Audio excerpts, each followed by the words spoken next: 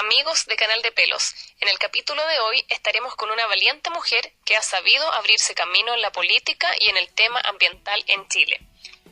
Ella es licenciada en Ciencias Políticas y Administrativas, magíster en Gestión Ambiental, diplomada en Políticas Públicas Medioambientales, fundadora de ProAnimal Chile y gestora de las principales políticas públicas y leyes de bienestar animal en Chile, como el actual programa de gobierno y leyes como Ley de Protección Animal y Tenencia Responsable. Me refiero a Patricia Cocas, que hoy está en Canal de Pelos. Hola Pati, primero te quiero dar la bienvenida y darte las gracias por estar acá. Sé que tienes una agenda muy ocupada, fue muy difícil lograr este momento, así que muy bienvenida. Y bueno, me gustaría que nos conversara un poquito sobre esta ley de tenencia responsable que ha sido tan llamativa, tan bulliciosa, ¿cierto? Tan polémica para muchas áreas en el tema, en la gente animalista, en la gente que protege a los animales, en las redes sociales. Entonces por eso aquí hoy día está Pati con nosotros para que nos aclare los puntos principales y por supuesto le vamos a hacer muchas más preguntas que ustedes quieren saber. Cuéntanos entonces, Pati, primero como los pilares fundamentales en que se basa esta ley. Bueno, primero agradecer tu invitación, tu estado, estuviste en parte del proceso de la última aprobación, saludar también a los televidentes de tu programa y bueno, espero que sea una buena instancia para poder hablar en más profundidad de esta ley y despejar muchas dudas que existen. La verdad es que podríamos partir contándote un poco de cuáles son los pilares fundamentales de esta ley y qué es lo que regula. Muy bien. Bueno, esta ley es una ley de tenencia responsable, enfocada a los animales de compañía. Ya tenemos una ley de protección animal en Chile que nos costó muchísimos años sacar adelante. Hay muchos otros proyectos de ley también que se están tramitando en otras áreas, pero esta ley se enfoca principalmente en la tenencia de animales de compañía. Y bueno, fue presentada en el año 2009. En algún minuto, la verdad es que ha sido secuestrada por todo tipo de autoridades. En algún minuto pasó a ser incluso un proyecto de ley que lo que hacía era legalizar en Chile la eliminación de perros masivamente, y nos costó mucho revertir esto. En otro momento se transformó en un proyecto de ley enfocado a los perros peligrosos solamente y no tomaba toda esta otra temática tan importante como es la tenencia responsable de animales en general y el control poblacional, los animales abandonados, etc. Pero finalmente, después de 8 años de trabajo, logramos que se transformara en un proyecto de ley que se enfoca en el control de reproducción, en la tenencia responsable de animales y que apunta a prevenir las situaciones de abandono. Y yo lo he dicho en muchas entrevistas y no exagero, este es un proyecto de ley que le va a cambiar la cara al país. Una vez que esta ley empiece a implementarse, empiece a ser efectiva, va a haber un antes y un después en materia de protección de los animales y en materia de tenencia de animales. Es decir, esto que hoy día vemos que no hay extranjero que no venga al país, que es impresionado y alarmado por la cantidad de animales que deambulan en cualquier calle, en cualquier comuna, en cualquier región, en cualquier comuna, en todo el país. Eso va a cambiar, eso nunca más. Y básicamente porque es un proyecto de ley integral que abarca los pilares fundamentales de solución para esta problemática, como lo han hecho países desarrollados donde tú ya no ves animales deambulando en las calles. Y estos pilares tienen que ver con la esterilización masiva de animales, la educación en tenencia responsable, el trabajo para desincentivar la reproducción indiscriminada, al mismo tiempo incentivar la adopción de animales, trabajo con las organizaciones de protección animal y por otra parte, por cierto, todo lo que tiene que ver con regulación de criaderos, locales de compra-venta de mascota y los lugares de donde sale una gran cantidad de animales, que son los que reproducen. Y eso junto a otra serie de articulados que hacen que este sea un marco integral, potente, que se enfoca en la prevención y que al mismo tiempo sanciona a quien no cumple y a quien no haga una tenencia responsable. ¿Esta ley viene a ser un complemento a la ley 20.380 de protección animal o más bien es una nueva ley de tenencia responsable nada más? Y también aclarar un poco lo que pasa, mucha gente tiene la confusión de repente con ley Cholito. ¿Es lo mismo que ley Cholito o es un artículo en particular que se llama artículo ley Cholito? Bueno, la verdad es que son ambas cosas a tu pregunta. Es un complemento a la ley de protección animal y es otra ley, porque la verdad es que es muy extensa, muy potente. Se podría decir que es un complemento porque la ley de protección animal mencionaba y destinaba incluso una autoridad que se hiciera cargo del control de reproducción de los animales, la tenencia responsable, pero esa autoridad nunca hizo este trabajo. Y de manera que esta ley lo regula de manera súper acotada, específica, no deja nada libre en el fondo. ¿Puedo preguntar cuál era esa autoridad encargada? El Ministerio de Salud. Ya. Pero eso no estaba tan claramente establecido en la ley de protección animal y eso generó dificultades y que no sé si es el trabajo en concreto. Y respecto a tu otra pregunta, la ley Cholito, claro, se conoce como ley Cholito porque tuvimos el año pasado, o sea, este año, a comienzo de año, este caso tan potente de Cholito, fue tremendo, que movilizó mucha gente, que generó impacto mediático y en la sociedad. Y por eso se le llamó ley Cholito, pero la verdad es que no es una ley Cholito porque este proyecto de ley se está tramitando desde el año 2009, ya estamos en la etapa final de este proyecto de ley, la verdad es que no tiene que ver con Cholito. ¿En qué sí influenció el caso de Cholito? En que se incluyó un artículo cuando ya reglamentariamente incluso no se podían incluir más artículos por la etapa en la que estaba la tramitación, pero se incluyó un artículo que sanciona el maltrato y la crueldad con animales de manera mucho más potente que lo que hoy día se hace. Y así entonces pudieron agregar, por ejemplo, penas de cárcel a casos como el de Cholito. Es que lo que pasa es que había, bueno, podemos, ya que estás preguntando, podemos hablar sobre cómo sanciona el maltrato animal esta ley. Hoy día en Chile, y eso lo redactamos, personalmente lo redacté, la ley de protección animal, el maltrato animal está sancionado con penas que van desde una multa hasta la cárcel, o ambas. Y la cárcel es presidio menor en grado mínimo a medio, es decir, de 61 a 3 años de cárcel, 61 días a 3 años de cárcel. Pero el juez tiene esta facultad de aplicar desde la multa. ¿Y qué es lo que pasa? Con el sistema que tenemos en Chile, con jueces que hay muchas veces muy garantistas, pudiendo aplicar más, una pena más alta, aplican los techos más bajos. Y entonces aplican solo multa. ¿Ah? Y es algo que puede pasar con el caso de Cholito, que está siendo, hoy día estamos nosotros con una querella en tribunales, pero con la antigua ley, podrían incluso sancionar solo con una multa. Entonces, ¿qué es lo que hace esta norma? Aquí se incluyó un artículo que sanciona el maltrato no solo por acción, sino que por acción u omisión. Cuando se causa daño al animal, las sanciones son de presidio menor en grado mínimo a medio y multa. Es decir, el juez no puede solamente aplicar la multa, tiene que aplicar el presidio y la multa. Y en los casos en que se genere un perjuicio grave de la integridad física del animal o se ocasione la muerte del animal, como fue el caso del Cholito, las sanciones son de presidio menor en grado medio, es decir, los 3 años de cárcel, más una multa de 10 UTM. Por lo tanto, se hacen más severas las penas. Se sanciona, o sea, la base es la cárcel y multa. Y además se establecen otras penas accesorias, como por ejemplo la inhabilidad perpetua de la tenencia de animales para quien ha sido sancionado por maltrato por crueldad animal. Y también se establecen otras garantías para poder perseguir estos delitos, como que las organizaciones de protección animal puedan querellarse, tengan legitimidad para querellarse en casos de maltrato o crueldad con animales. Porque hoy día muchos jueces aceptan estas querellas, pero la verdad es que es facultativo, podría muy bien no aceptarlas porque la reforma procesal penal lo que hizo fue establecer que los querellantes solamente podían ser las víctimas o sus herederos testamentarios. Y obviamente que aquí no hay una víctima o un heredero testamentario que se puede querellar. Entonces también se establece aquí la facultad de que las organizaciones de protección animal puedan a todo evento querellarse en casos de maltrato o crueldad con animales. Y ya que nos pasamos al tema del maltrato animal, que era el siguiente tema que queríamos abordar, también por lo leído en la página de ProAnimal, se habla del maltrato por omisión. Eso sería, por ejemplo, si una persona tiene un perro y no lo alimenta, no lo tiene en un lugar adecuado, no le da agua o lo tiene amarrado, eso también va a tener el mismo castigo que vendría a tener un maltrato donde haya daño, como en el caso de Cholito.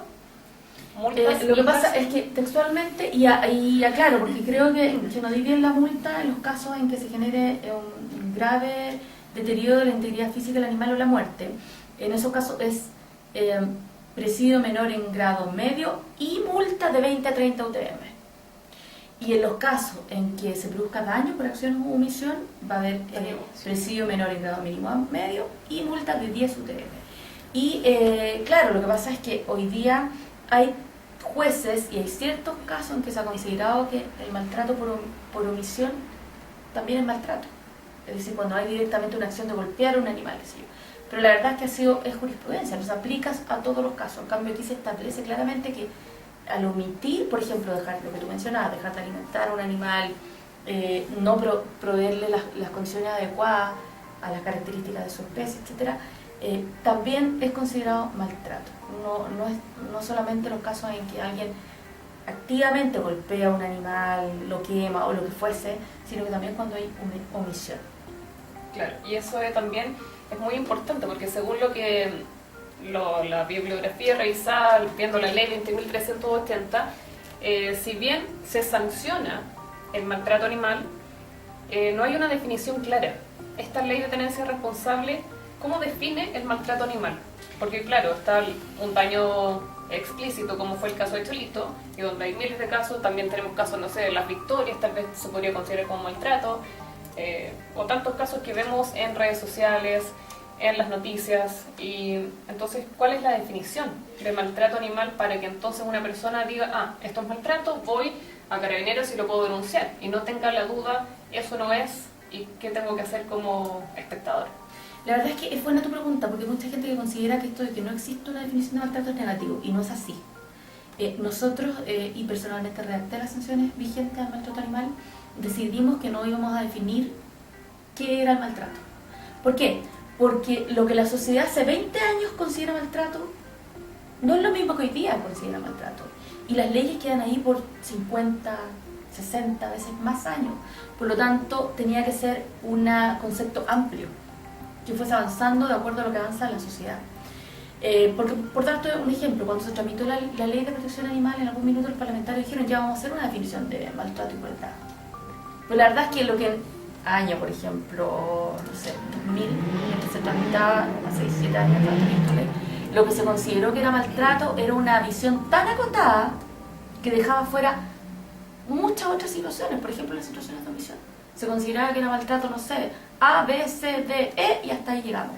Por lo tanto, es muy perjudicial. Y tú lo ves que la verdad es que fue la decisión más acertada. Tú lo ves en tanto normativa de otros países en derecho comparado. Yo algo te comentaba, por ejemplo, en Argentina fueron unos pioneros en sancionar fuertemente el maltrato, de todas maneras mucho más débil que lo que hoy día nosotros lo tenemos sancionado. Pero para esos tiempos sancionaron fuertemente el maltrato y definieron qué es lo que era maltrato. Y un listado numerado de situaciones de maltrato. Y tú comprenderás que es muy difícil reformar las leyes. Y hasta el día de hoy tienen esa definición que es totalmente extemporánea. De qué es lo que es maltrato y todo lo que no está tipificado ahí no es maltrato. Por lo tanto, en Chile, y se mantiene eso con esta ley, el maltrato se considera en el sentido amplio, lo que pueda definir el diccionario de la Real Lengua Española. Todo aquello cabe dentro de un acto de maltrato. Y lo que sí hace esta norma es acotar en que cuando se produce daño se va a sancionar de tal manera, o cuando se menoscabe gravemente la integridad física del animal, o cuando se produzca muerte. Pero todo lo demás queda de manera amplia, cosa que conforme vamos avanzando como sociedad, vamos considerando que ciertos actos que antes no los estimábamos como maltrato, hoy día lo son. Por ejemplo, el abandono. Claro. Antiguamente el abandono no era considerado maltrato. Hoy día los tribunales sí lo consideran y muchas veces ha sido castigado. Sin embargo, y eso es parte también de lo que pueden ser tus dudas respecto a esta ley sanciona explícitamente el abandono de animales, cosa que antes no existía. Y para que no quepa duda y para que avancemos más rápido, sanciona a quien abandonase un animal en la vía pública o en su propia propiedad o donde se fuese, se lo sanciona como el delito de maltrato y crueldad con animales, o sea, con presidio menor, en grado mínimo a medio. Ya hablamos entonces de las sanciones. Si una persona tuviera que presenciara algún acto de maltrato, ¿dónde y cómo tendría que hacer esta denuncia? Bueno, tiene que hacerlo, la verdad es que como se hace actualmente, como se hace actualmente, se sigue haciendo de la misma manera. Como es un delito, esto queda radicado en los tribunales de garantía y las policías son los encargados, en el fondo, de fiscalizar, de tomar las denuncias, etc. Lo puede hacer en cualquier comisaría, lo puede hacer en la PDI, en la IDEMA, existe una brigada especialista, o directamente en la fiscalía. Y ellos tienen la obligación, ¿cierto?, de tomar el caso, investigarlo y llevarlo a... Tienen la obligación de tomar la denuncia. Ya. pero después se coteja, o sea, si no existe suficiente antecedente o suficiente prueba o qué sé yo, o no amerita, el fiscal puede archivar la causa. Por eso entonces, amigos, es muy importante, si es que ustedes ven algún caso de maltrato animal, por omisión incluso, ustedes tienen la responsabilidad y todas las facultades para denunciarlo en Carabineros, en la PDI o en la Fiscalía, porque el caso va a ser tomado y mientras más antecedentes y más testigos o pruebas tengan, mucho mejor. Me gustaría pasar a preguntarte... Agregar algo sobre lo que tú decías, que es importante que la gente sepa que cualquiera puede hacer una denuncia, porque muchas veces se confía en esto o suben en la red algún caso y por favor que otro denuncie o que la organización se haga cargo. No, nosotros pensamos esta norma de manera que cualquiera puede denunciar. Y lo único que requiere es, ojalá tener la mayor cantidad de antecedentes posible para aportar al caso, y obviamente tiene que, muchas veces preguntan, bueno, pero esto lo puedo hacer anónimo. No, esto es una denuncia de delito, entonces no se hace anónimamente, tiene que quedar registrado quién hace la denuncia, porque si no cualquiera, no sé, le tienes mal a tu vecino o a una persona X y va y lo denuncia por delito de maltrato en circunstancias que no ha cometido ningún delito, se tiene que hacer con responsabilidad. De hecho, yo creo que el caso de Cholito fue justamente llevado a tribunales y tuvo una audiencia de formalización justamente porque esa persona se atrevió a denunciarlo, estaba en las redes sociales y había una evidencia, había un registro, cosa que si de repente no está, la policía perfectamente podría pasar la causa porque no hay pasa evidencia. que mientras más tenga, o sea, por ejemplo, lo que puedes reunir, no sé, fotografías, videos, informes del veterinario, testigos, mientras más antecedentes mejor, pero la verdad es que en estricto rigor basta con que tengas un par de testigos, eso es medio de prueba. Okay. O sea, si no alcanzaste a grabar y que muchas veces gente no puede, basta con que tengas los testigos. Perfecto. Esta ley abarca solamente, me decías, a los animales de compañía. ¿Eso significa perros y gatos? ¿O también otros animales? Podrían considerarse otros. La verdad es que el espíritu de la ley fue que fuesen perro y gato porque al considerar otros animales de compañía, por ejemplo, animales exóticos, ya involucraba en la tramitación al SAC, el Ministerio de Agricultura. Y todos sabemos lo que pasó con el Ministerio de Agricultura, el SAC, con el reglamento de la ley de caza, cuál es su visión al respecto. Su visión es que a los perros hay que cazarlos. Entonces, imagínate su visión en esto, en un minuto en que nosotros peleábamos el que Chile fuese un país cero sacrificio, no eutanásico. Y en el Parlamento la postura era por la eliminación. En el gobierno la postura era por la eliminación. Por lo tanto, era muy complejo involucrar a un ministerio que claramente estaba en esa postura a esta tramitación. Por lo tanto, el espíritu fue que se orientaran perros y gatos, pero la verdad es que podría perfectamente incluirse a través de los reglamentos otros animales exóticos. Perfecto. Que son utilizados como animales de compañía. ¿Y esta ley entonces se va a aplicar en la zona rural y urbana? Sí, a todo el territorio. ¿Cómo se va a hacer? Porque recuerdo cuando Canal de Pelos estuvo en el Congreso y algunos de los parlamentarios decían cómo se va a implementar esto en un campo donde de repente no hay ni rejas y los perros andan sueltos o no sé, algunos perros se comen a las ovejas, entonces cómo implementar distintos contextos donde no siempre se va a poder regir tal vez la norma como tal. Lo que pasa es que la base de esto finalmente es el control poblacional y la tenencia responsable. Que hay personas que creen que porque es un sitio rural no se aplica aquello, pero sí, en el fondo es, si tú tienes animales, que es lo que muchas veces en las discusiones del Parlamento se daba, si tú tienes animales deambulando en una sola zona rural sin control, que atacan a ganado u otro tipo de animales, es porque hay, generalmente, es porque hay detrás un dueño irresponsable que deja a su animal libremente. Eso se corrige con la tenencia responsable, o sea, aunque fuese zona rural, los animales deben estar dotados de un cerco seguro para que no se vaya de la propiedad y genere daño a otra persona, a otros animales, etc.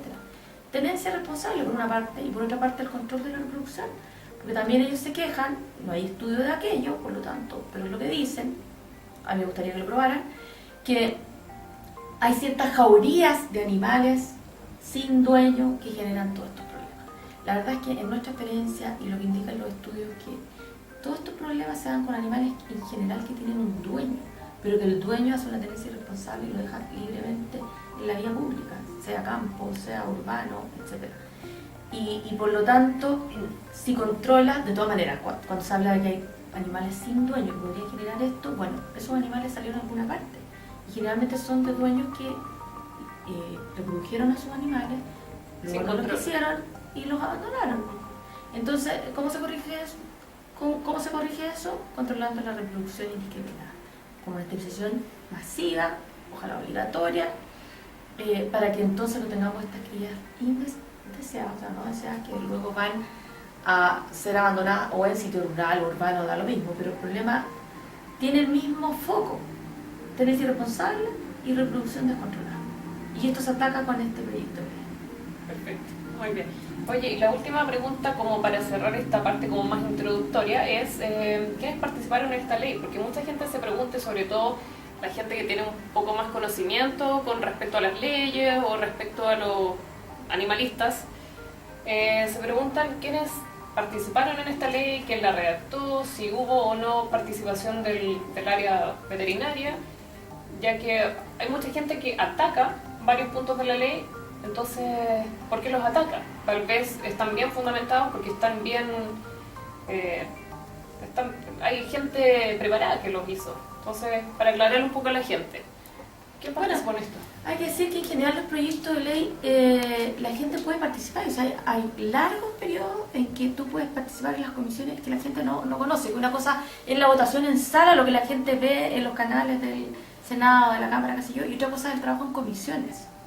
Y en este caso, este proyecto de ley se llevó toda su tramitación en la Comisión de Salud, que es la comisión especializada que redacta los artículos, los vota, trae gente invitada para escuchar su opinión, y hubo un largo proceso en que participaron muchísimas organizaciones para ser escuchadas, distintos, incluso estuvo el Colegio Médico Veterinario en alguna instancia, qué sé yo, especialistas en comportamiento animal. Ahora, distinto es de quienes siguen todo el proceso. Hay quienes hemos seguido todo el proceso y hemos participado en gran parte de la elaboración de su articulado, y todo hemos sido nosotros como institución. Yo personalmente he estado en todo el proceso. Pero claro, porque tú ves que hay muchas personas que a lo mejor interesadas van una vez y después no aparecieron más.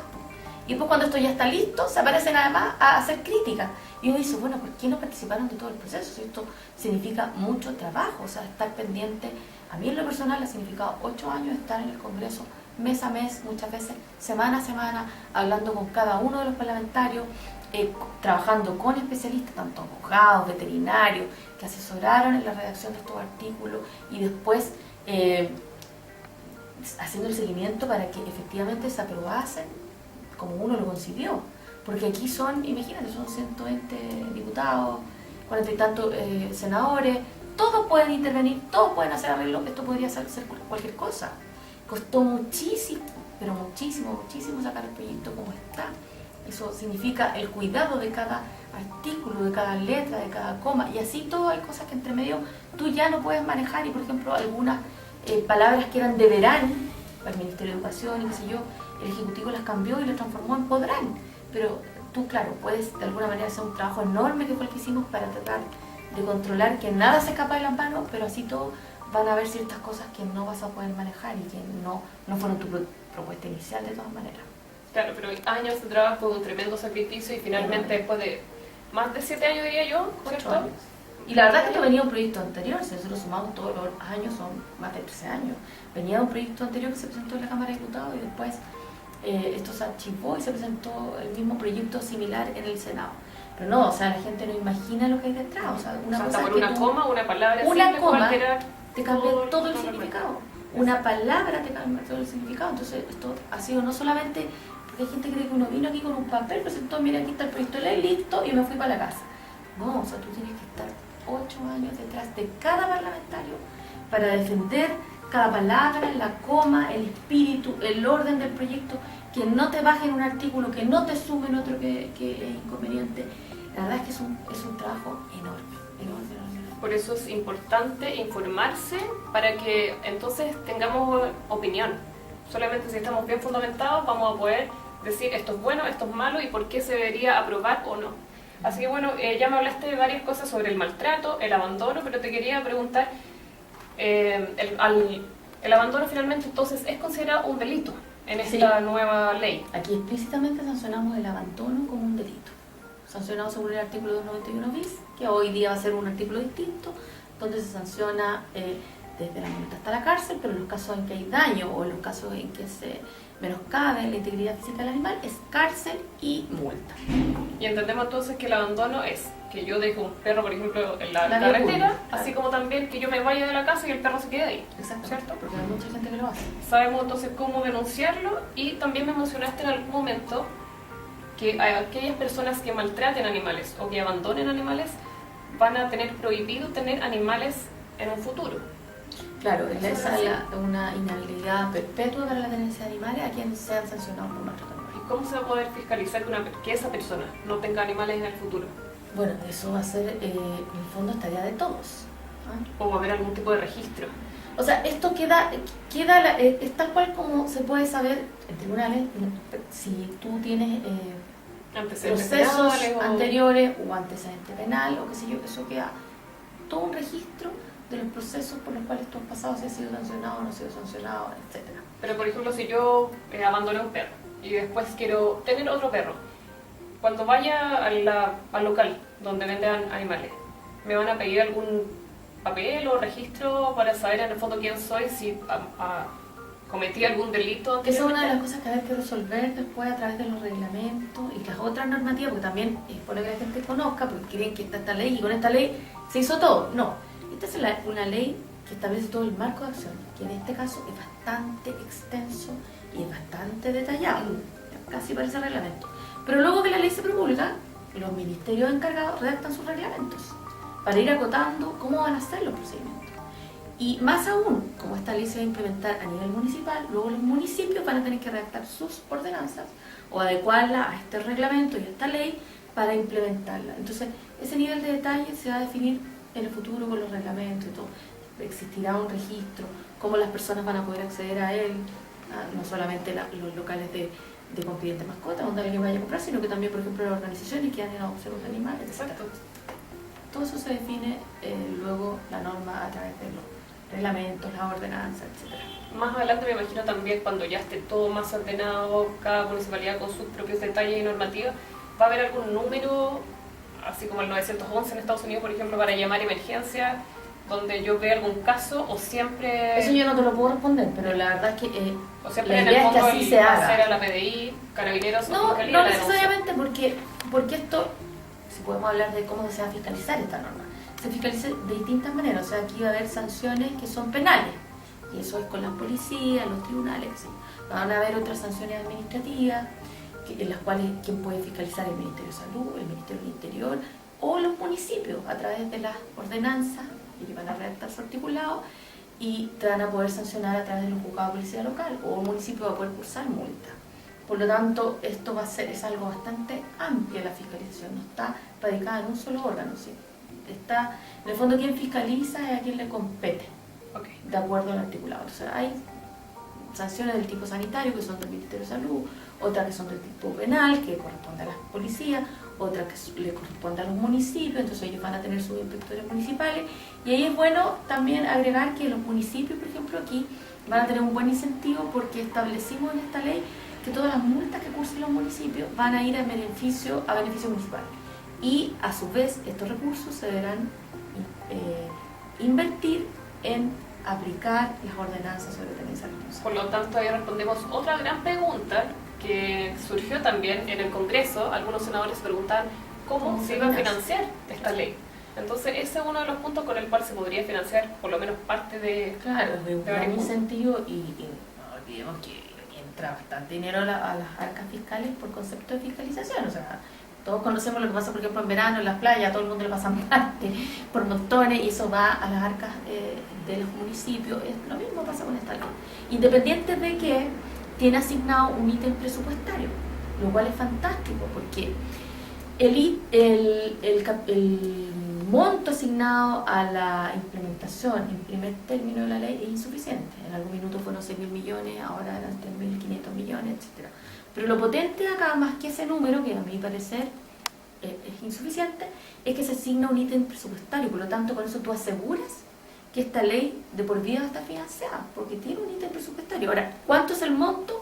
Eso se va a discutir, como en todo el presupuesto de la Nación, año a año se discute en el Parlamento cuánto monto se le asigna a los diferentes ítems. Y ahí, bueno, va a estar el interés social, la voluntad del gobierno de turno, la voluntad de los parlamentarios, ver cuánto se le asigna. Perfecto. Hablando entonces sobre denuncias, hablamos ya de la denuncia del maltrato, denuncia del abandono, y también aparece en la página que se puede denunciar la tenencia irresponsable, pero también lo podemos enfocar desde otra mirada, desde los deberes y derechos que debería tener una persona que es responsable con sus animales. Entonces, por ejemplo, acá se abarca el tema de recoger la caca del perro, ¿cierto? De usar la correa cuando salen a pasear, las vacunas. ¿Cómo se va a abarcar este tema? ¿Se va a abarcar con campañas de educación? No sé, campañas publicitarias. Pero como tú me preguntas sobre la educación en tenencia responsable. Claro, en el fondo para que una persona sepa que tiene que recoger la caca de su perro. O sea, yo creo que al partir es importante explicarle a la gente cuáles van a ser sus deberes en cuanto a tenencia responsable. Y aquí la ley establece lo que es la tenencia responsable, pero yo ojo que, como dije anteriormente, esto se va a ir acotando luego con los reglamentos, con las ordenanzas, se van a ir haciendo exigencias más detalladas. Pero en general tiene que ver con que tiene que darle el espacio adecuado al animal, tiene que dársele la alimentación necesaria, los cuidados veterinarios y todo lo que requiera de acuerdo a las características de su especie. Y dentro de las obligaciones están, por ejemplo, que tiene que pasear al perro con correa, ¿Qué pasa si no lo pasea con correa? Sanciones administrativas que corresponden a una multa. Por ejemplo, si ese día ya está sancionado, eso está sancionado en el Código Sanitario, a diferencia de otras conductas que van a estar sancionadas de acuerdo a la ordenanza. Y en el Código Sanitario es hasta 1000 UTM la sanción. Es una barbaridad. Por ejemplo, si yo te veo a ti paseando tu perro sin correa, ¿te puedo denunciar? Usted va a poder denunciar en el municipio. En el municipio.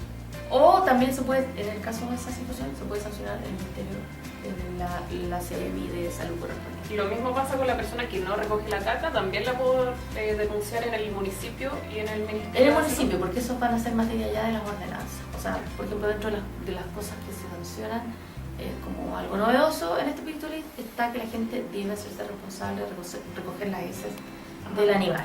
En el fondo, el futuro, esto de que uno sale a la calle y sin la bolsita, pisa la caca en todas partes, no va a poder ser. Porque hoy día algunos municipios, tú ves Providencia, Vitacura, Las Condes, la gente lo hace, lo pide en la ordenanza. Pero con esto, la exigencia a nivel nacional, todo Chile va a tener que salir con su bolsita y recoger la caca. Si alguien no recoge la caca, usted puede denunciarlo en el municipio o en la policía local correspondiente, que la persona X no hizo caso de la ordenanza de la ley. Ya. Igual yo creo que va a ser como súper difícil seguir esa fiscalización, porque en una comuna grande donde hay parques, por ejemplo, es difícil encontrar de repente, o sea, decirle a una persona, y sabes que no recogiste la caca, toma, acá te paso una bolsa, y si la persona se pone así como más agresiva, no lo voy a recoger, tal vez nos vamos a llenar de denuncias, no sé si en el fondo va a ser tan productivo, tal vez atacarlo bien con campañas publicitarias, pero educación. es que esa otra área, como yo te mencionaba aquí, el proyecto tiene...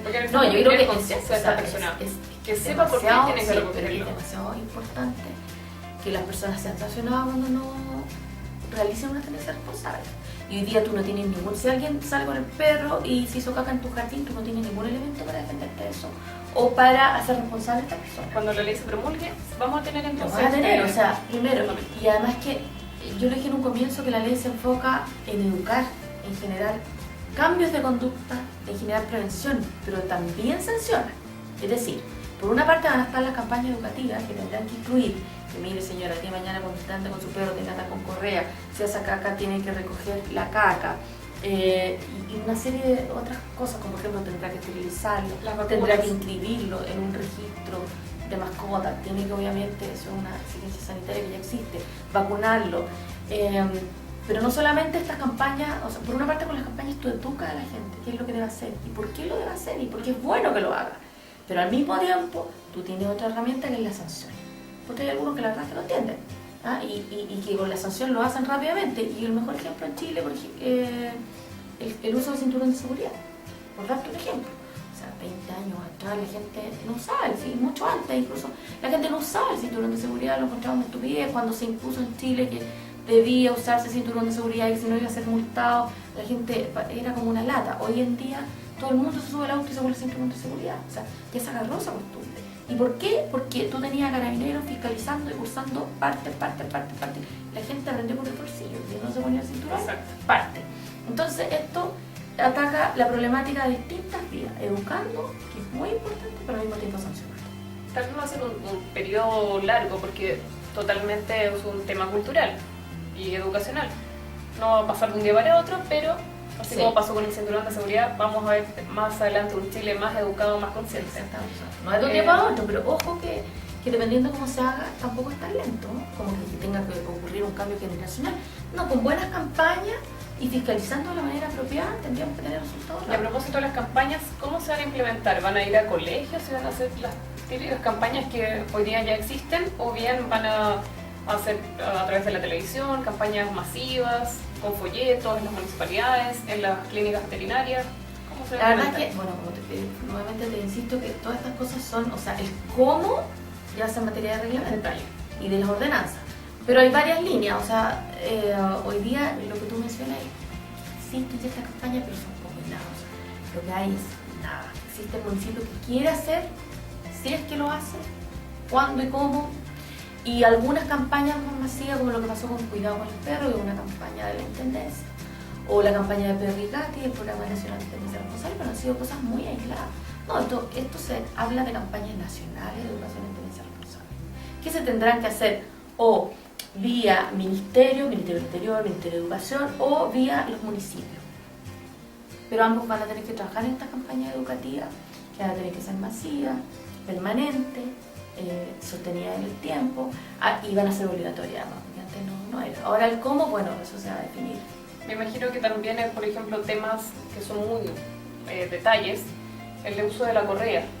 También se va a poder denunciar si uno no usa la correa en su perro, pero por ejemplo, ¿qué pasa en espacios abiertos? Un condominio, por ejemplo, donde tiene áreas verdes, o hay parques, incluso en Chile pocos, pero hay donde son parques para mascotas, donde la gente suelta a su perro. Me imagino que ahí ya no eso puede. ya no es materia de la ley, o sea, porque un condominio son espacios privados, eso ya son materia de los reglamentos de copropiedad del condominio, cómo definen el uso de esos ¿O en parques? En un parque público no, tiene que andar con uso de correa. Y lo debiesen, o sea, la verdad que eso estaba exigido desde muchos años antes del Código Sanitario, pero nadie ha fiscalizado eso. Pero también aquí, como esta ley bien lo dice en su primer artículo, nosotros peleamos que fuese así, no solamente establece obligaciones para las personas que tienen animales de compañía, sino que también establecen derechos. Y por lo tanto, aquí también se va a tener que avanzar en los derechos de las personas que tienen. Y se deberá establecer luego a través de reglamentos, de las propias ordenanzas, espacios, los parques y plazas, para que la gente pueda soltar a sus mascotas. Porque tampoco los puedes tener todo el tiempo con correa, necesitan ejercitarse y todo, pero eso se tiene que hacer de una manera regulada. Por ejemplo, los parques, definir espacios cerrados donde tú puedes soltar a tu animal, donde existan bebederos de agua, donde tengan hasta las bolsitas para... ¿Qué hay? Hoy día hay, eso pasa, pero pasa en Vitacura, pasa en la Conde, no pasa en No, otra otra parte. Para que la gente pueda hacerlo así. Que también está avanzado no solamente la obligación, sino que también el derecho. Pasando un poco al tema de... Ya hablamos más o menos de los dueños de mascotas, que ahora a Canal de Pelos vamos a tener un capítulo destinado directamente también a tratar ese concepto del dueño, del tenedor, porque muchas personas lo tratan de convivencia responsable, ¿cierto? O de un hijo en vez de mascota. Pero bueno, nos vamos a acotar a estos conceptos. Ya hablamos del tenedor de mascotas, los derechos de deberes. ¿Qué pasa ahora con el tema de perros callejeros? ¿Qué pasa con la gente, por ejemplo, que alimenta a los perros en la calle, que apadrina un perro, que se hace cargo, lo vacuna, lo esteriliza, pero no tiene espacio en su casa, entonces el perro sigue en la calle? Actualmente en algunas comunas se multa a la persona por alimentar un perro. ¿Qué va a pasar en este tema con esta nueva ley? Bueno, la verdad es que hay que aclarar que esta ley en ningún caso sanciona a alguien por alimentar un perro en la vía pública. Y a nuestra consideración, estas ordenanzas de algunos municipios que multan a personas que alimentan a perros en la vía pública son inconstitucionales. Y ahí habría que hacer todo el proceso legal para echar abajo esa ordenanza. No, esta ley no lo contiene y tampoco el espíritu. E incluso es más, tiene algo muy novedoso que nosotros incorporamos, que no todo el mundo sabe, pero para poder hacer control de población canina y para poder implementar una política pública efectiva, tenemos que entender que hay distintas categorías de perros, ¿no? Porque aquí no se trata a todos los perros de la misma manera. Hay 4 categorías de perros. Uno es el perro con dueño supervisado, que es un dueño responsable, que lo saca con correa, no lo reproduce indiscriminadamente, qué sé yo. Por otra parte está el perro callejero, que es importante que lo manejen, especialmente usted, que es un canal enfocado a los animales. El perro callejero, distinto a lo que se piensa, no es un perro sin dueño. El perro callejero, en nomenclatura internacional, es un perro que tiene dueño, pero cuyo dueño hace una tenencia irresponsable. Y por otra parte tienes el perro comunitario, que es un perro que no tiene dueño, pero que una comunidad X alimenta, le pone una casita, pero nadie se hace responsable en específico.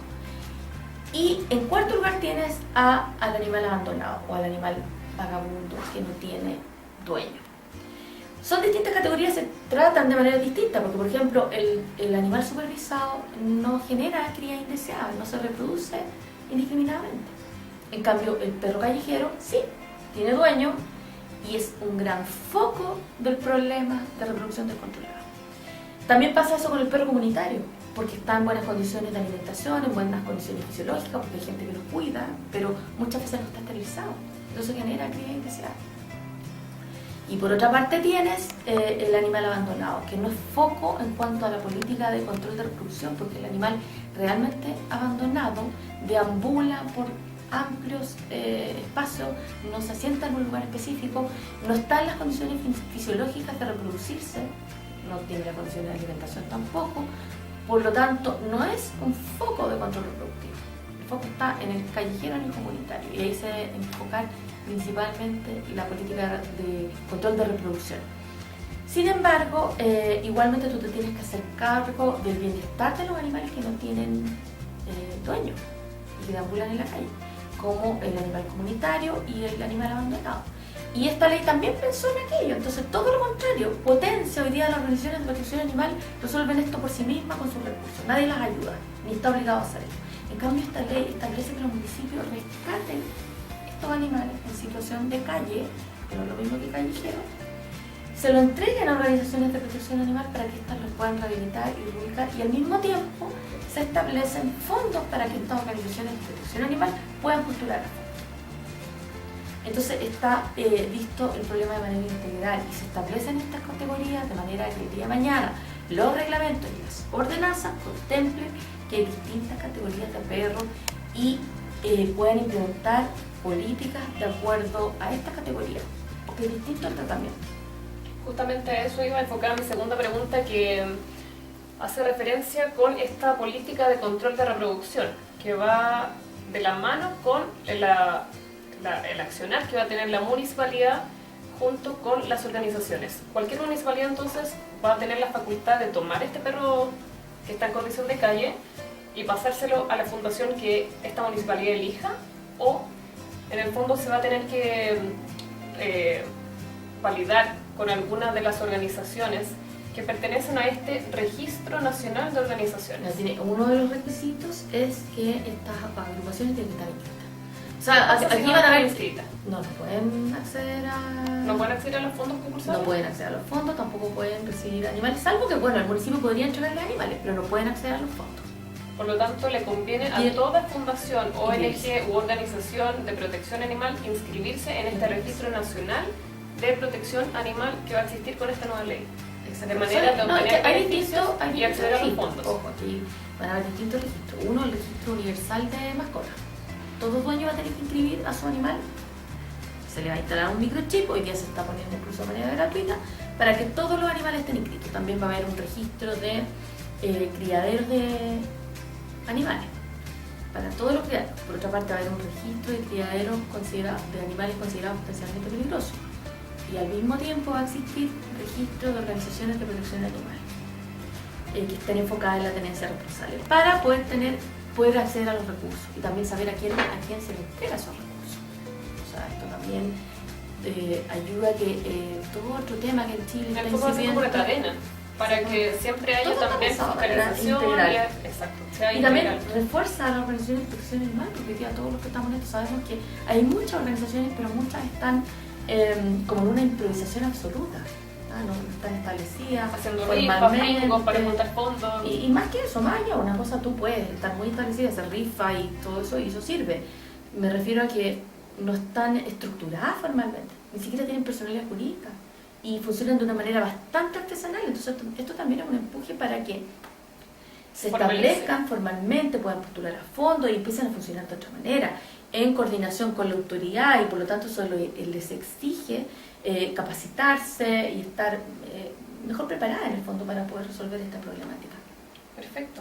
Entonces nos hablaste de que existen 4 registros, ¿cierto? Uno, tenemos el registro universal de mascotas, donde ahí vamos a ver más adelante el tema del chip. Tenemos otro registro de los criaderos, otro registro de criaderos para razas peligrosas, y finalmente tenemos el registro para las organizaciones que ya nos comentaste, más que nada los requisitos, cómo van a funcionar, que van a poder acceder a fondos municipales. Y un quinto registro de dueños de animales potencialmente Perfecto. peligrosos. Eso también es muy importante, porque así también yo creo que se va a poder fiscalizar un poco una persona que tuvo perro, lo maltrató y después quiere tener perro de nuevo, ya va a haber una No, de dueños de animales potencialmente peligrosos. Ah, de esos dueños. De esos dueños. Ya. Ese ya está establecido por ley. Perfecto. Ya. Bueno, después te voy a preguntar eso de los otros dueños que tienen otras que no son razas peligrosas. Pero ahora me quiero quedar con esto de las razas peligrosas, que me cuentan más o menos las medidas y cómo abarca esta ley este tratamiento de las razas peligrosas. No de razas peligrosas, la ley lo que habla es de animales, perros potencialmente peligrosos. Okay. No habla de que estos animales necesariamente tienen que ser de una raza específica, pero sí determina que el reglamento en el futuro va a definir cuáles son esos animales potencialmente peligrosos y va a poder hacerlo en relación a distintos parámetros. Uno de esos es la pertenencia a ciertas razas, otro es la capacidad de mordida, la envergadura del animal, sus características fisiológicas y en especial el que hubiese tenido con anterioridad episodios, te lo vuelvo a repetir, y el tercer foco es que en el pasado hubiese tenido comportamientos de agresividad hacia las personas o hacia otros animales. Más la opinión de expertos en la materia y la información científica disponible, todo ello te va a indicar si el animal es o no potencialmente peligroso. Y finalmente el reglamento va a determinar cuáles son, y los dueños de estos animales van a tener que inscribirse en un registro para tenerlos identificados. Y a estas personas se les va a pedir condiciones de tenencia especiales, como por ejemplo que tienen que en los espacios públicos el animal va a tener que deambular con bozal, que va a tener que tener cercos dotados de manera que el animal no puede sacar la cabeza, por ejemplo, hacia el exterior, o que no puede arrancarse, y que al mismo tiempo tiene que contratar un seguro de daño contra terceros por si el animal ataca a una persona o lo que fuese, todas esas eventualidades están cubiertas por el seguro. Y también se le exige en algunos casos, si es necesario, evaluación psicológica, porque hay personas que, un animal potencialmente peligroso puede ser una verdadera arma y una persona puede usarlo como un arma, por lo tanto no cualquiera puede tener uno de estos animales, por la seguridad de las demás personas y del mismo animal. Y por cierto, se les prohíbe el adiestramiento en agresividad y se les exige el adiestramiento en obediencia para el animal. Ahora, uno a veces escucha... ¿Cómo se va a cumplir eso? ¿Cómo se va a comprobar que efectivamente esta persona pasó por una evaluación psicológica? ¿Quién lo va a hacer? ¿Y cómo se va a justificar o a ver que en el fondo ha hecho tal vez estos cursos de obediencia o que aprendió a enseñarle estos comportamientos de obediencia y no le está enseñando otras cosas? Bueno, eso el Ministerio de Salud y el Ministerio del Interior van a llevar estos reglamentos. Entonces ahí se va a contar todo el proceso, en el fondo, cómo se va a fiscalizar, quién lo va a hacer, de qué manera, etc. Pero, en el fondo la ley lo que define es el objetivo que se persigue, cómo se sanciona y quiénes van a ser los responsables de fiscalizarlo. Pero ya ese nivel de detalle se define el día de mañana con los reglamentos y las demás normativas. Ahora sí, lo importante, porque a veces uno lee, hay personas que están en una postura como animalista y consideran que esto es, pero ¿cómo es posible que se le exijan estas cosas a estos animales? Pero yo creo que aquí hay que pensar que esto es por el bienestar de esos animales y además de las otras personas. A la gente aquí se le olvida. Hay casos tan potentes como el que ocurrió en Peñaflor hace algunos años, en que los perros del vecino se arrancaban a la parcela aledaña y mataron a una joven y a su madre. que trataba de defender a sus perros que eran atacados por el perro del vecino y estos perros del vecino mataron a 2 mujeres. O hay gente que se lo olvida que una menor en San Bernardo, por ejemplo, perdió un ojo por otro animal. Y el problema no es el animal, o sea, aquí lo importante es que esta ley no tiene pena de muerte por ser para el animal. Aquí todas las sanciones son para los dueños. Eso es muy importante aclararlo. Muy importante. Todas las sanciones son para los dueños, pero hay que sancionar. Es decir, aquí tenemos ataques hacia personas mayores, hacia niños que han perdido la vida, algunos han sido mutilados. Eso es tremendo, porque tienes detrás personas que no hacen una tendencia responsable. Y efectivamente hay animales que son potencialmente peligrosos porque tienen una capacidad de mordida que es mucho más potente, que puede generarle la muerte a un ser humano. Además, todos estos animales potencialmente peligrosos van a ser evaluados. O sea, no es que al azar alguien va a decir, este animal es peligroso. No, sino que va a haber todo un estudio, van a pasar, me imagino, por varias pruebas, o van a ver etólogos después ya cuando se haga este detalle del reglamento, para definir si es o no peligroso. Exactamente. Y en base a eso, entonces el dueño se va a tener que preparar para ser un dueño responsable con ese tipo de animales. Y ojo que, por ejemplo, nosotros no estamos de acuerdo con esto del listado de raza. Aquí no se hizo un listado de raza en la ley, pero sí se dice que una de las líneas van a ser las razas. Pero no se habla de que sean peligrosos, sino que se habla del potencial de peligrosidad, ¿no? Porque un animal, no por ser Rottweiler, es peligroso en sí, o va a ser agresivo en sí. Pero sí significa que un animal de esa raza puede ser, y por lo tanto se habla de la potencialidad de peligrosidad. Porque no es lo mismo que te muerda un pug a que te muerda un Rottweiler. Y ahí va mucho. Un pug te podrá, no sé, te genera una mordedura, un problema local, claro. Un Rottweiler te puede matar. Por lo tanto, tiene que tomarse medidas especiales para los animales que cumplan con estas condiciones. Porque si no ponemos en riesgo a las personas y el propio animales, porque cuando atacan, después, ¿qué es lo que pasa? Los vecinos los envenenan, a veces los mata el mismo dueño. Por lo tanto, es absolutamente necesario. Vamos entonces ahora a hablar sobre los registros. Como ya nos mencionaste estos 5 tipos de registros. Este registro también, que fue la pregunta que me quedó delante, ¿abarca hacia el dueño de una mascota que no sea potencialmente peligrosa? Sí, claro. Uno de los registros que mencioné es el registro universal de animales de compañía. Pero mascotas. es el registro de los animales. No, pero es que tú registras al animal con su dueño, o sea, no tiene ningún sentido registrar este Bobby y en el fondo el dueño es un registro universal de mascotas, pero en el fondo ¿quién es? queda establecido ahí quién es el dueño, de manera de que si existe cualquier problema de tenencia irresponsable, después se sanciona al dueño de ese animal. Y eso va a ayudar muchísimo también, por ejemplo, con lo que se da hoy día con el robo de mascotas. Porque los animales van a estar todos chipeados y son chip universales, que cualquier clínica, el municipio, se van a poder leer y saber fácilmente que pertenece a una persona. Por lo tanto, tú evitas, por una parte, los robos de animales. Además, ayuda a todo el control de animales perdidos. Que, ojo, aquí también incluimos dentro de las definiciones la definición de animal perdido. Y eso orientado a que el día de mañana se implemente una política respecto a los animales perdidos. Porque el día se te pierde tu animal y estás en tierra de nadie, tú no tienes a quién acudir. Como el animal que está extraviado, que puede tener o no, puede contar o no con los elementos de identificación, pero en el fondo tú no identificas a ningún dueño. ¿Qué pasa, por ejemplo, si yo tengo un perro que sí tiene chip y a mí se me perdió el perro y lo ando buscando en redes sociales, pongo fichas por toda la ciudad? ¿Qué pasa cuando, por ejemplo, lo encuentra en la municipalidad X, lo chipea y dice, este chip es de Carolina, o sea, este perrito es de Carolina? ¿Qué va a pasar conmigo? ¿Me van a multar porque se me perdió el perro o porque tal vez intenté abandonarlo?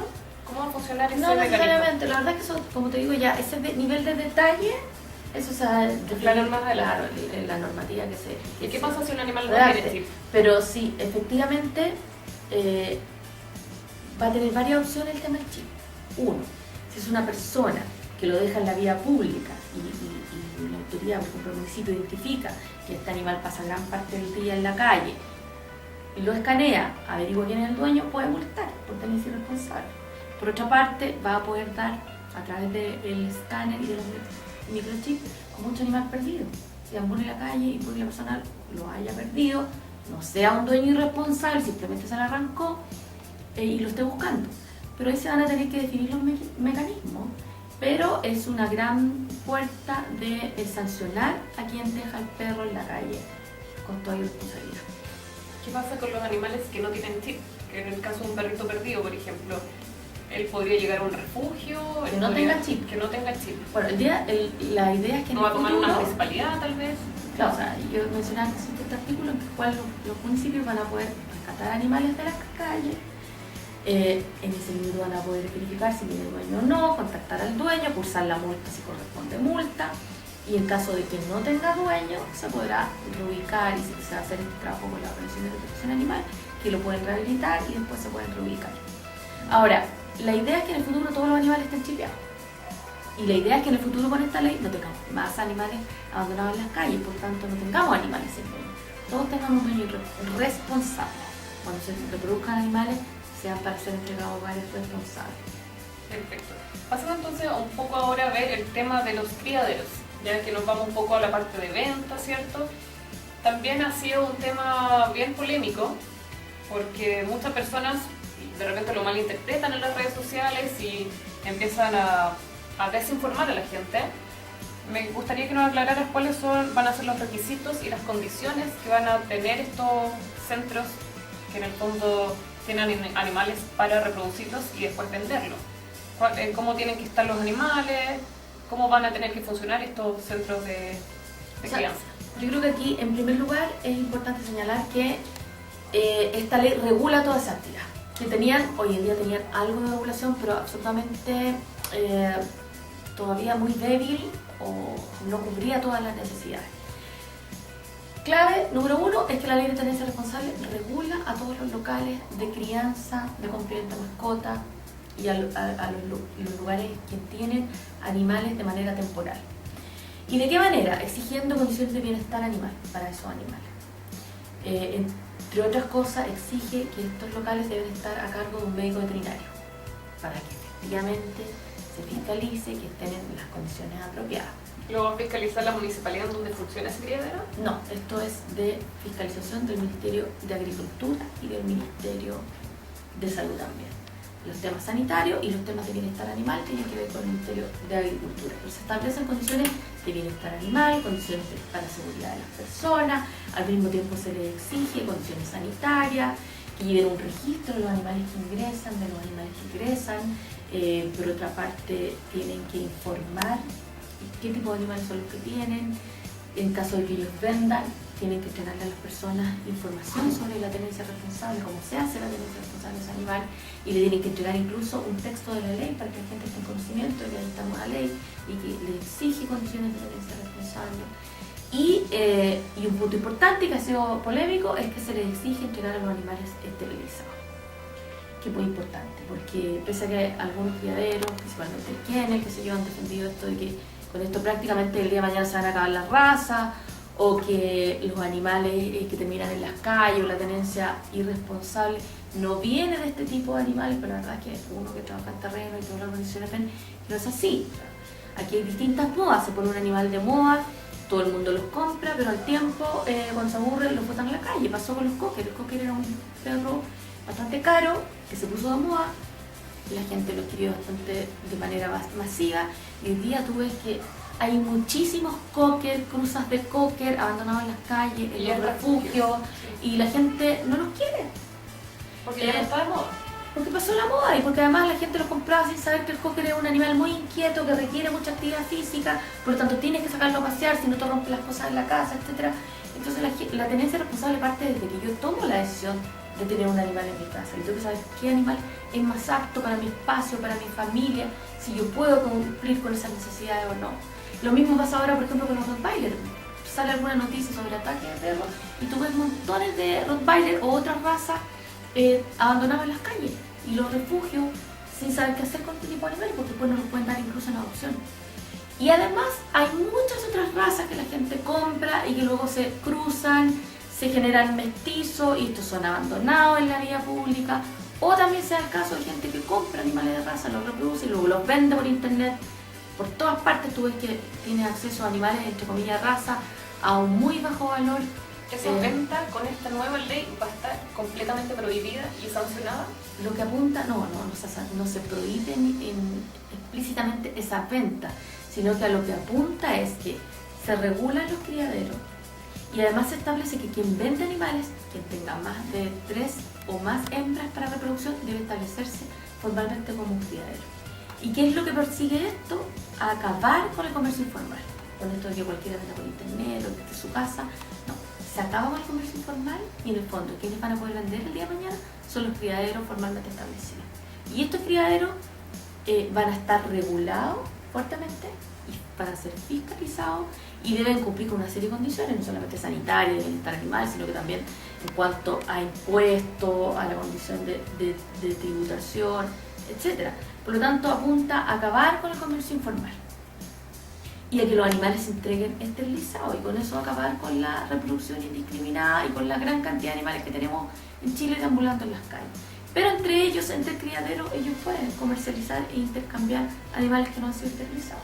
Por lo tanto, esto no busca acabar con las razas, sino que simplemente busca acabar con la reproducción descontrolada y con la tenencia irresponsable. Ese es el foco de este artículo. Que es algo que es total y absolutamente necesario para nuestro país.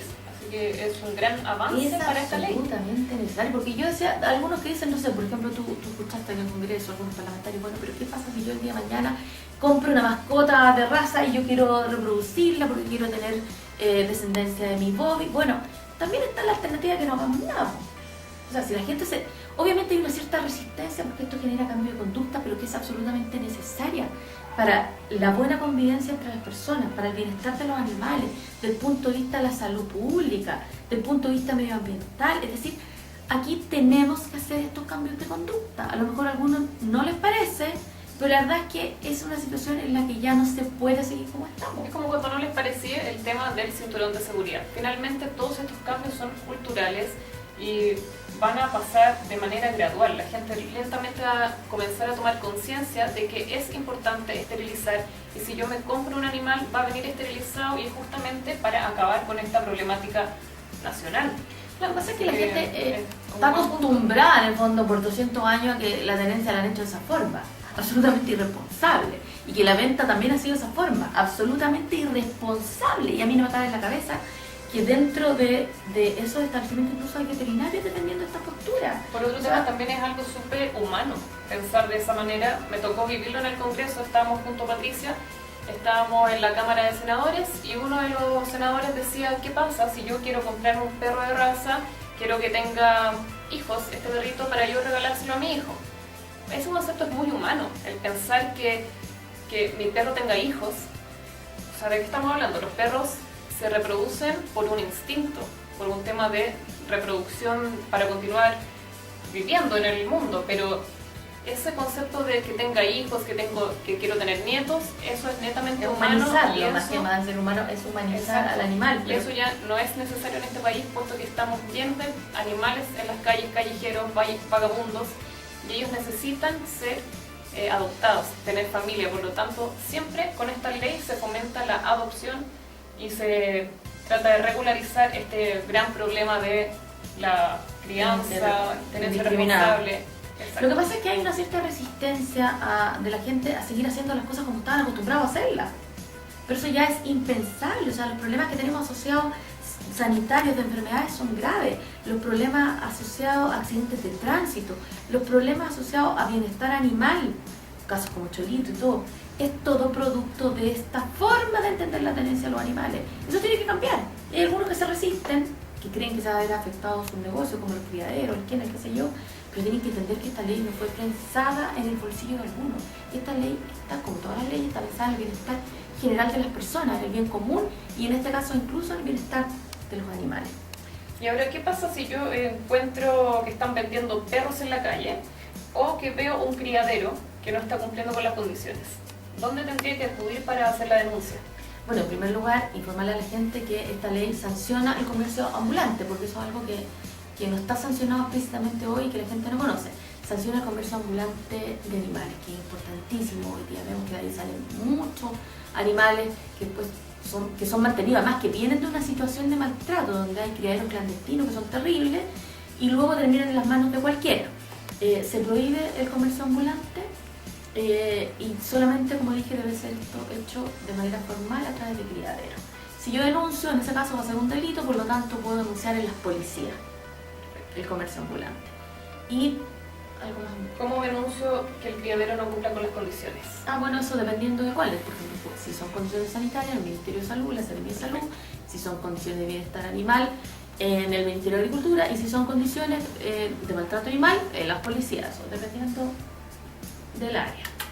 Para terminar un poco con esta entrevista que ha sido bastante extensa, me gustaría tocar un punto que es muy novedoso, que es el tema de los catástrofes. De las catástrofes. Sabemos que Chile es un país de sismos, de terremotos, donde es muy habitual y común. Volcanes, tsunamis, terremotos, incendios.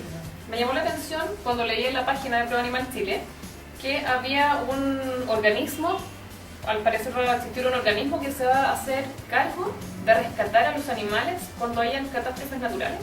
Más que un organismo, lo que pasa es que explicar que hoy día en Chile y nunca este tema estaba regulado. El tema de los animales en situación de catástrofe es tierra de nadie, salvo ciertos animales mayores, de ganado, no sé yo, que el SAC es el encargado de tomar esta situación. Pero, ¿qué es lo que se hace aquí? Se establece que la ONEMI debe incluir en sus protocolos de rescate el rescate de animales en situaciones de catástrofe.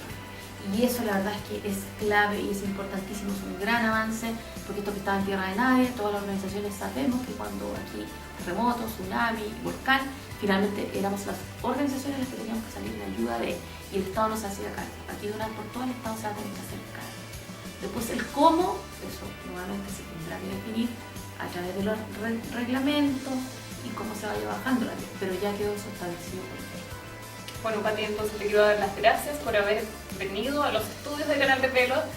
Gracias por tu tiempo, por tu buena disposición para participar acá junto a nosotros, y algún mensaje que le quieras dar a la gente que siempre te ha apoyado, o incluso a la gente que de repente tiene alguna duda o que todavía no cree mucho que es tan conveniente esta ley, para llamarlos a que se motiven y juntos podamos avanzar en tener un Chile más consciente. Bueno, yo creo que agradecer a todas esas personas que siempre han estado apoyando, que ayudan de una u otra manera, y espero que lo sigan haciendo, porque necesitamos la promulgación de este proyecto, pero además nosotros estamos trabajando al menos en 8 proyectos de ley más, entonces es mucho lo que hay que hacer en Chile todavía para avanzar.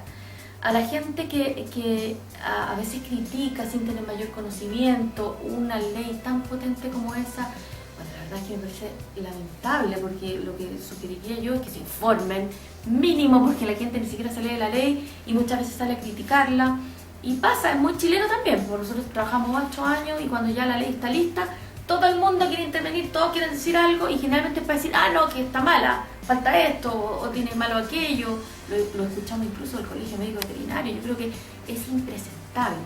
A esa gente la llamaría a informarse y a trabajar en apoyar para sacar más leyes. O sea, esto es un gran paso, pero todavía queda mucho por seguir haciendo en Chile en materia de bienestar y de protección animal. Si la gente quiere leer la ley, ¿dónde es el lugar preciso para encontrarla? ¿Y cuál es el número para buscarla?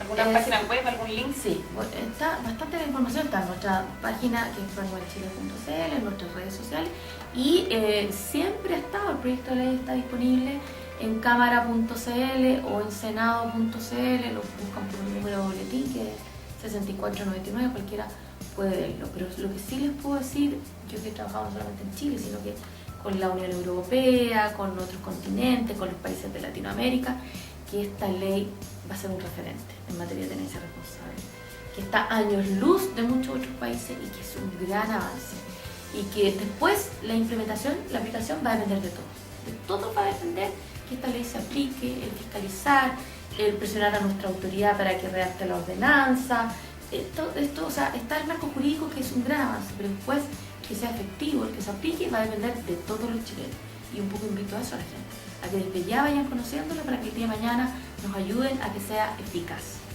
Bueno, muchas gracias. Gracias, de todas maneras, o sea, se me olvidó eso último. Muchas gracias por la invitación, yo te felicito por el programa que ustedes tienen y por su canal y por lo que eso significa en cuanto a concientizar y a incentivar a la gente a que aprenda más sobre los animales y haga una tenencia responsable. Muchas gracias, Pati, entonces, por estar acá, por acompañarnos esta tarde fría de otoño. Igual viniste aún así teniendo un día muy ocupado. Y a ustedes, amigos, los quiero dejar invitados para que nos sigan acompañando en las redes sociales de Canal de Pelos. Muchas gracias por haber visto este video y sobre todo por compartir, porque si comparten videos como este, podemos hacer un gran cambio. Así que muchas gracias por seguirnos en Canal de Pelos. Recuerden que Canal de Pelos es educación y difusión animal.